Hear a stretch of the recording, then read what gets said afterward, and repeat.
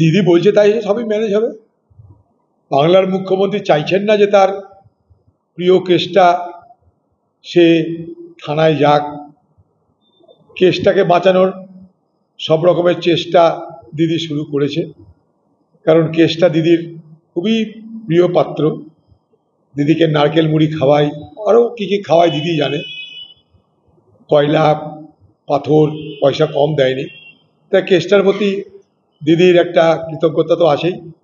তাই কেসটাকে বাঁচানোর চেষ্টা দিদির করে চলেছে এবং সেটা করবে। পশ্চিমবঙ্গের পুলিশ তো কেসটার পকেটের পুলিশ। কেসটা চিঠি করে দিয়েছে, সেটাই যথেষ্ট।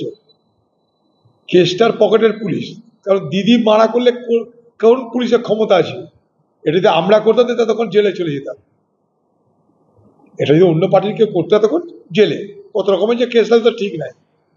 দিদির কেসটা, দিদির প্রিয় কেসটা, তার কোনো কিছুতে যাতে অসুবিধা না হয়, দিদি সেটা করে চলবে।